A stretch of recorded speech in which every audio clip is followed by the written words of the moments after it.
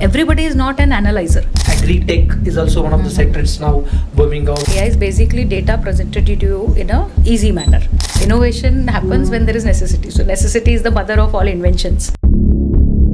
Israel, such a small country, but such an innovation in agriculture. Being a tech-based agriculture person, wherein you actually find out what is the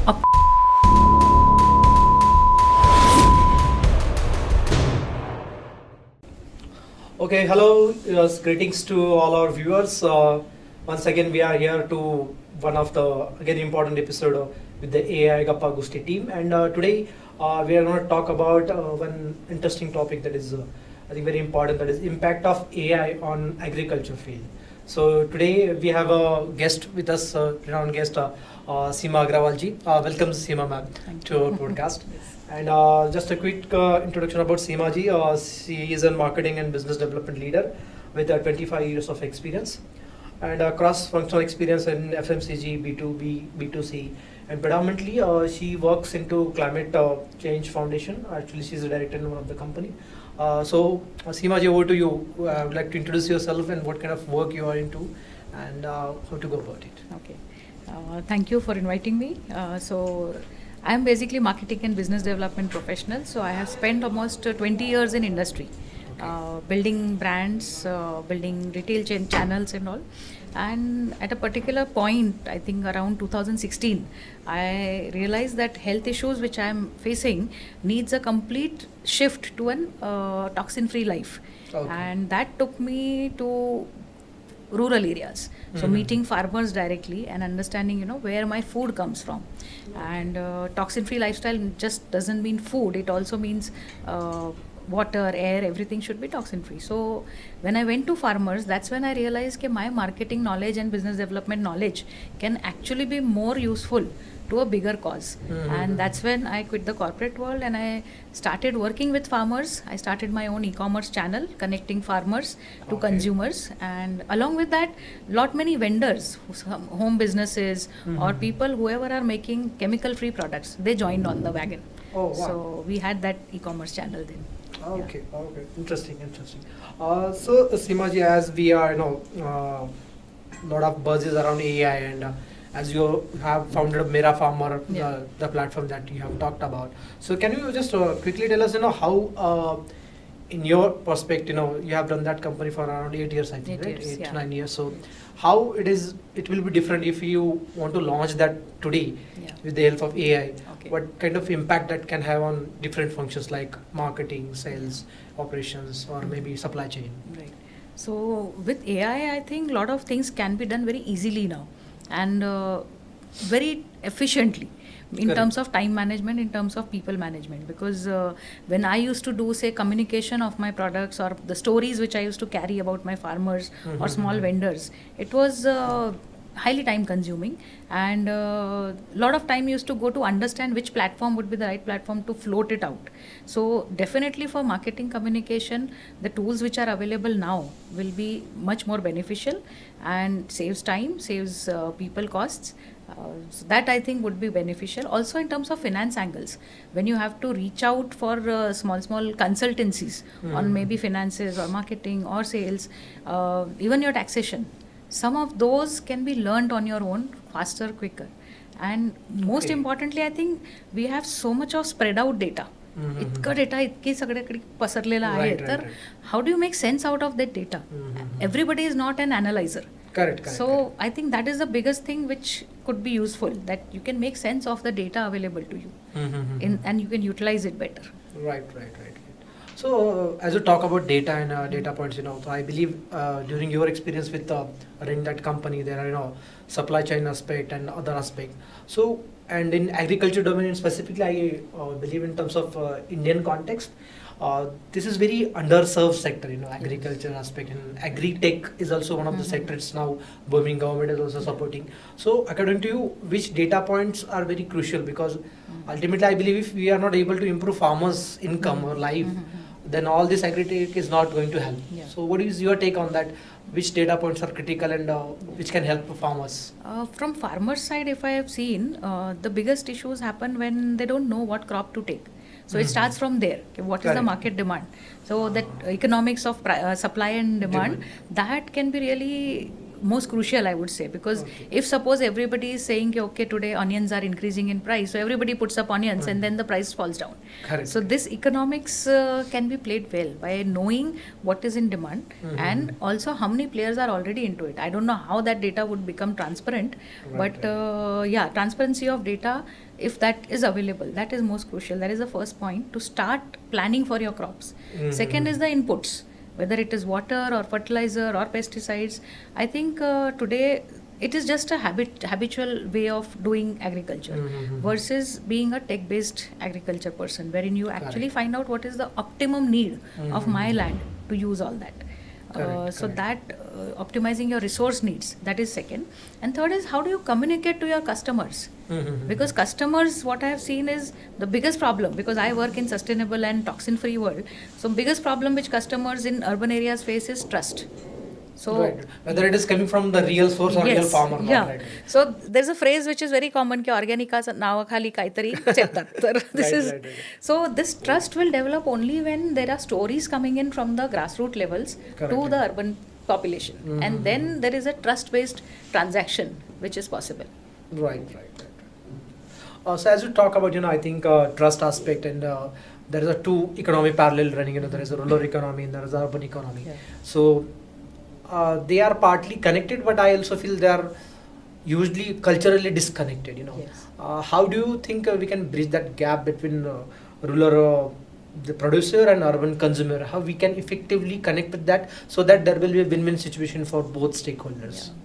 I think the first and foremost, if you are able to share the real stories between these people, it helps, because as you rightly said, cultural disconnect is very high. Right. तर rural लोकांना वाटतं की they have everything, they are privileged people, Right. and they just want to demand, they don't know anything, whereas here people will say कि, okay, no, they have everything, they are tax free people, and they should just give us quality products, that's it. Which this kind of perceptions about each other can be bridged if we have the stories flowing in between those two people, and for that the seamless use of technology can be possible, because now I'm seeing many Kisan videos are there are YouTube channels of agri talks, and many a lot other of awareness is there of agriculture talks, agriculture farmer stories, which can connect to people, but are they reaching the right audience? No. That is also a big challenge. Right. So this exchange is very important. Correct. Absolutely. So coming back to as we are now focused on the AI is, I have heard recently a lot of stories about use of AI in agriculture world, and particularly in agriculture sector.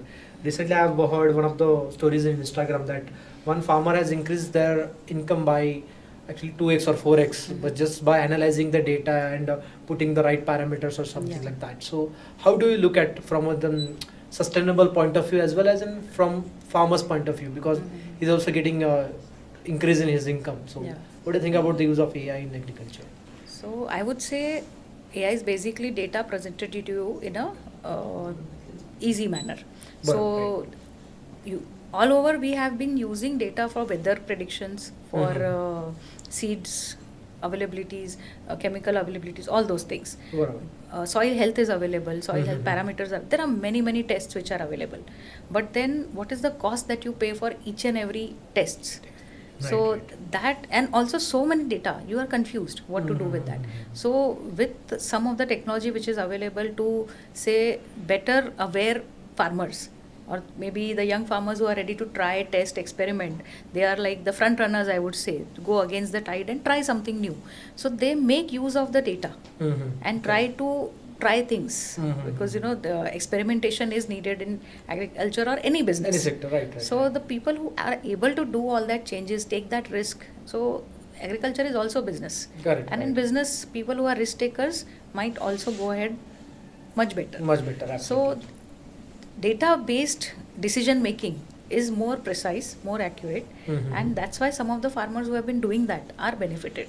Correct. But also there is a word of caution about what is the cost of that data. So we really need to think about when you are using these kind of tools and technology, how much is it justified for myself versus environment versus the overall community. So if you are able to bridge all these All this. things together. To balance between Balance the three, things. 4 parameters, Yes, right? yes. Right. So as you mentioned, we speak about and I fundamentally believe in agriculture, the green revolution happened in I think late 90s, 60s or 50s. After that, there was no kind of revolution has happened. Yes. Apart from Amul story, I think Yeah. there are very or no at all stories, success stories Mm. coming from Yeah. agriculture across Mm. India as a specific country. What do you think the measure maybe 3 to 4 reasons to that?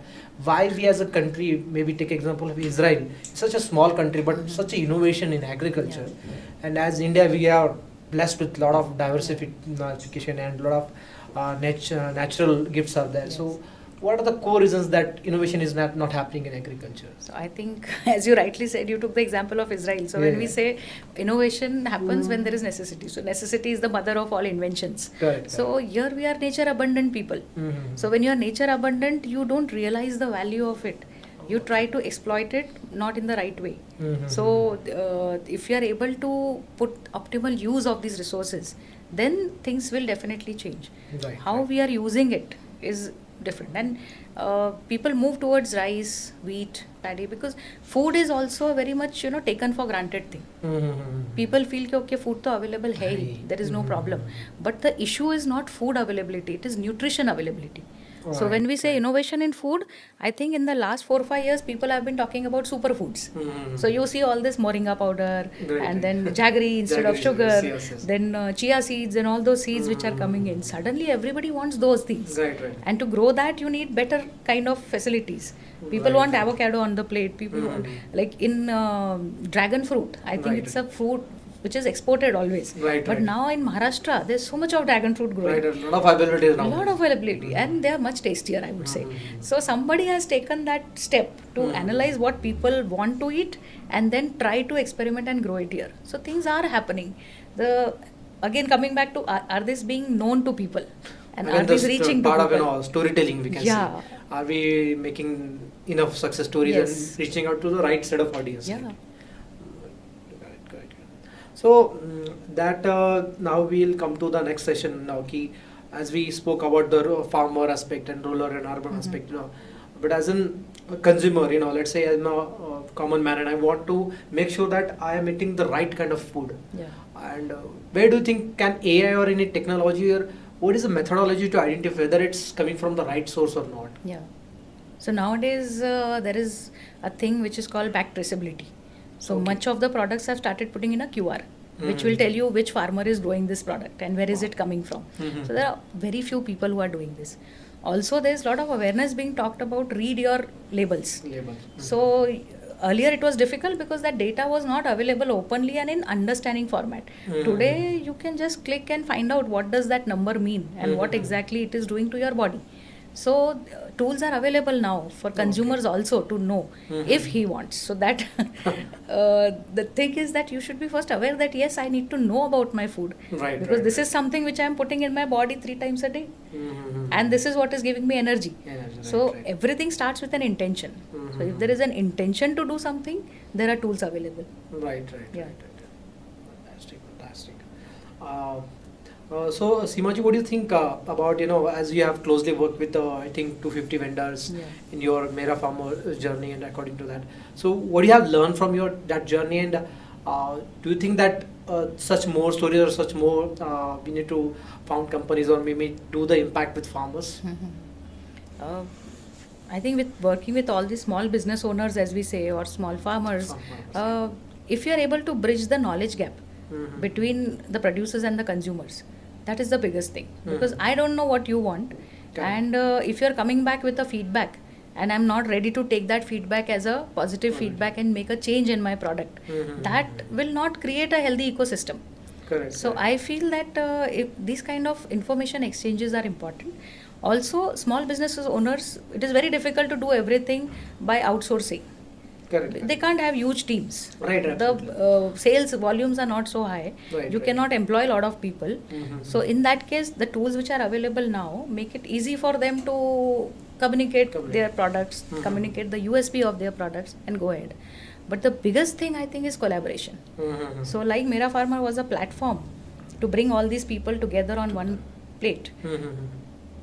Beyond that, I would say that these people should also form an ecosystem wherein Okay. they help each other. You know, if you are doing something good and you have realized, okay, I have a very good consumer base in this part of the city, why not call up all my other members who are on this platform and tell them, you know, this is the best consumer base I have. Right. And it happens, like, you know, many of my producers have told me that my product has the best demand in this area. Wow. And then when we go there, we can take not just one product, but 100 products Wow. to that locality. So everybody is doing a win-win practice. Right. So there is a need for that ecosystem, version 2. Right. And one more aspect I think in recent time I have also heard stories that group farming or community farming. Yes. So do you think in Maharashtra or maybe in part of India, there are stories or there are success stories out of that practice of community farming or group farming? Group farming, yes, very much. Okay. Because even in my own farmer groups, when we started with, say, one group, which was only about 12 to 20 farmers, Okay. by the time we grew in next 4-5 years, I saw that farmer group also increased from 20 to 40 farmers. Wow. Because it's again supply and demand. Right, Because they right. see, okay, your products are going at a better rate with natural stories Correct, to the correct. consumers. So why not we club with you? We also improve our practices. And it's about, if you're seeing good in some places, naturally people will join the flock. Right, absolutely. So yeah, that attracts. Success will attract more people to join you. Right. So I think actually what I have understood is we need to put success stories in the right Yes. way to the right audience with the right set of channels and the way we communicate, Yes. the stories and all those aspects. So Seema ji, what do you think about the way we see as a farmer or farmer see us as a consumer? There is a gap, I think, Yes. because there is mismatch and there is a expectation mismatch is Right. there. And how do you think that tool like AI can help to bridge that trust gap and to increase the productivity for both side of thing? One is back traceability, which will help you know where is your product coming from. Correct. Second is, if I need a product, I don't know where to get it from.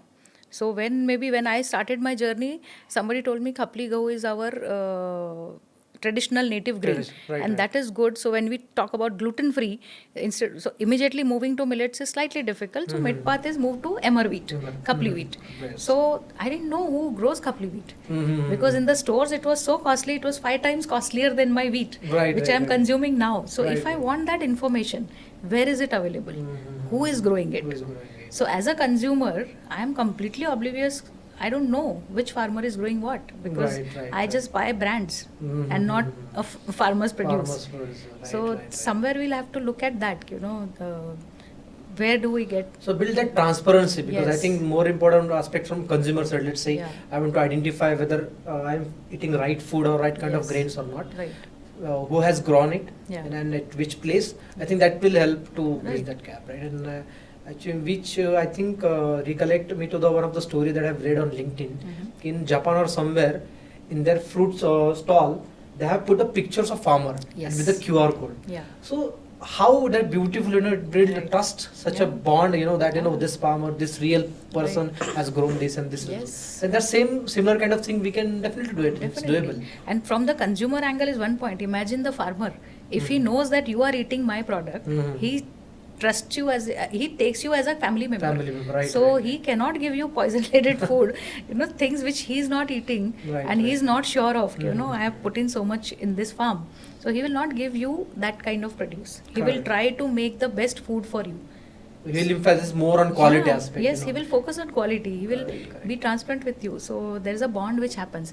In fact, there was one story which I also heard in rice countries. I think Thailand story, wherein the staple food is rice. Yes. So the farmers and the consumers get into a bond which is like a matrimony bond.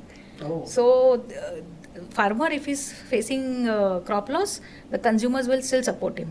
Wow. If consumers have some problem like, okay, salary nahi hai or maybe he's lost Wow. his job, farmer will still support him because they are married. Mhm. So imagine a marriage between a farmer and a consumer. Mm. Because rice is a staple food. They want it 3 times on their plate. Right. Interesting. I think there are a lot of stories and a lot of takeaways that I think we can take it, but fundamentally I think we need to start doing that practices maybe at Yes. smaller scales. Right. And as I have seen your profile and you have worked with the community aspect and Yes. connecting whole ecosystem aspect. Yes. So, is there any model that you are currently working on to connect this all stakeholders, like consumer, farmer, then farmer producer companies, or like supply chain companies? Yeah. Because it's looks easy on paper, but I It's believe difficult. it's very difficult to connect the people, real people, and connecting the dots. So, is there any framework that you are working in? Is there a way to there is a light at the end of tunnel Yeah, to so have that? yeah, what I'm looking at now is, or I'm also involved myself into working on farmer producer company models, Mhm. wherein maybe the farmer producer companies can work like actual corporate companies. Corporate, right, right. And we actually have those systems in place in these companies. So Mhm. imagine they will work in a very nice production, efficiency wise, they will improve, and they will have their own rosters of registers of what they are producing, how they are producing. Wow. Right now, very few farmers keep those records. Mhm. So my vision is, why not have farmers, producers, companies work like normal companies, what we Mhm. see, Correct. and they are fully loaded with the data, of their own produce, of the things that they have been inputs, outputs, everything. Mhm. So if you are able to achieve this, then this company serves the customers, Customers, right, just right. like you have a food Mhm. processed company doing Correct. it, and processed foods is so rampant in all the places. Correct, correct. Why not farm produce? Right, right. So if you are able to do that community education, awareness, training, and giving them the right inputs, Correct, then correct. this But is already I've heard, and I know one of my friends is working in agriculture domain. Yeah. Already government has put a lot of money and effort. Actually, there are a lot of FPO out there. Yes. But what's happening in that space? So is it not scaling up? It's not functional. What are the challenges in that space? So FPOs are there, but the people working in the FPOs have to be trained and made to realize the benefits of it. Oh. Because currently it's just a group of farmers coming together, Mhm. and if the produce is sold, if it is not sold, it's okay. ऐसा हो गया है. मतलब they are Oh. not really looking at scaling themselves like a corporate company. Corporate company, right. There are few very good examples, with most of them I think are exporting. Mhm. And because exports require certain amount of regulations and the tests and all, That's right. so those are in place. So Mhm. imagine if we have those kind of systems established for Correct. all the FPOs, Mhm. and not bother the people who are growing, because they are Mhm. already doing a lot of work. So there has to be a system wherein some people are guiding these people, and everybody distributes. There's division of labor Mhm. in terms of the producers, the person who's managing all these things, and somebody who's reaching out to the customers. Right, right, right. So we are talking about division, having functions within an FPC. Okay, just as like a corporate culture, Yes. functions. So then there will be Yeah. kind of department heads, and Yes. then kind of. Wow. Right. I think that structure and maybe standardization of processes, because whatever we can learn from McDonald's story or any other Yeah. story, if you build a SOP, standardization of processes, you can scale like anything. And a country like 1.4 billion Right. of people, I think there is a huge potential and Yes. opportunity in that aspect. Right. But you touch upon very important aspect, I think, labor. Hmm. Because I also came from very I have also some farm agriculture background. The labor, I have heard that in Maharashtra, in India, the labor crisis are very much in Yes. agriculture Yeah. actually field. Right. How do you address that? What is the way? I'm sure there is a way to do it, Yeah. because we have a lot of people who are unemployed, Yeah. and at the same time, there is a place where we don't find a good people to work in similar agriculture also. So, Mhm. where do you think we can bridge that gap of labor? Yeah. See, I think when we look at farming as a business, Mhm. I don't think so there is any business wherein you put in 1 grain and you get 400 grains. Mhm. So this actually gives you the perspective of what can farming do. Mhm. But something is to be corrected. Correct. And this notion of farming as a business, a profitable business, has to be passed on to the people. I think a person who owns a land is the richest person, Right, right. because there's no land which can remain fallow. There are Mhm. many techniques available which can make barren lands also productive. I have many examples. I've seen those. It takes Okay. time, persistence, fine. But if this is possible, and this is portrayed as a profitable business, then you Mhm. can get the people who own land and still moving on to cities, come back to their places and focus on good production, nutritive production. Nutritive, right, Because we right. don't want quantity, we want Mhm. quality. Quality, right, right. So if we have that kind of a system established, Mhm. then we are solving the crisis. Right. So as you rightly mentioned, the most, I think 70 to 80% farmers are like just for their own sake. They're not treating it as a business or like a Yeah. business thing. So where do you think we need to also shift the mindset of people, change the mindset? So where that shift will come from? What do you think about that? It will come from community farming, or maybe educating them about the importance or the benefit of those thing, or will can AI play a role into that? Because to democratize the knowledge or spread that knowledge, I believe that AI tool like AI can help a lot. Most of it depends on education Okay. and the right education, opening up minds of people, bringing them to the right situations. Correct. So this kind of knowledge, when it is shared and in the right perspective, it can bring a change. And there has to be a partnership. Right. So you cannot expect a person who has been doing this job for years and remaining in that same mindset, having a change from within. So somebody has to come and give that support. And, Right. and then things happen. Like my own story, when I say, okay, the farmer group, which was 12, turned to 40 people, because they saw some success. Right. So when you show things happen, it will attract people. If the results are there, I think Results are there, automatically we can say the drive will go, Yeah. people will join, and then we can Yes. grow the community in Right. that aspect. Just we are then coming to end of our episode. So I would like to ask Seema ji, to kind of summarize this all conversation that is surrounded on how AI is going to impact on agriculture sector, and but the fundamental remains same. I think ki as a consumer, if how I identify the right food that I'm taking and whether it's a toxic food or not. So what is your take on that, and what is your message to our audience viewers? So I'll take it from both the sides. One is, I remember that when we say to grow a child, to raise a child, it takes a village. Correct. So similarly, when a farmer is growing something, so it's like growing a baby. So we can't expect, he does everything on his own. So we should have an entire village angle to it. Like, earlier we used to have that Bara Balutidar system, wherein Right. the entire village was doing their own jobs, so that the person who is doing something is able to focus on his work. Correct, So correct. that is on the farmer side. Okay, everybody supports him to do a good job, or everybody is doing a good job. On consumer side, we have to make him understand that the importance of what the other person is doing, giving that respect and dignity to that person. So the education system, I think, will play a bigger role in this, because today's education system itself is in four walls, Right. whereas your food and your energy sector is coming from the soil. Soil, right. So how many children today are actually going and putting their hands in soil? So when you have families going into farms, families going compulsorily to see where their food is growing, then some amount of shift happens. And Correct. then there is this consciousness, compassionate feeling towards the farmer, towards the food, which automatically develops. So I think the change will come when we start doing it in the education system itself. Okay, thank you, Seema ji, for your time. Thank you. So, viewers, this was a Women's Day special episode, and we are glad that Seema Agrawal ji has given us time. So, thank you, and please like, subscribe, and share this episode with your fellow friends and family. Thank you.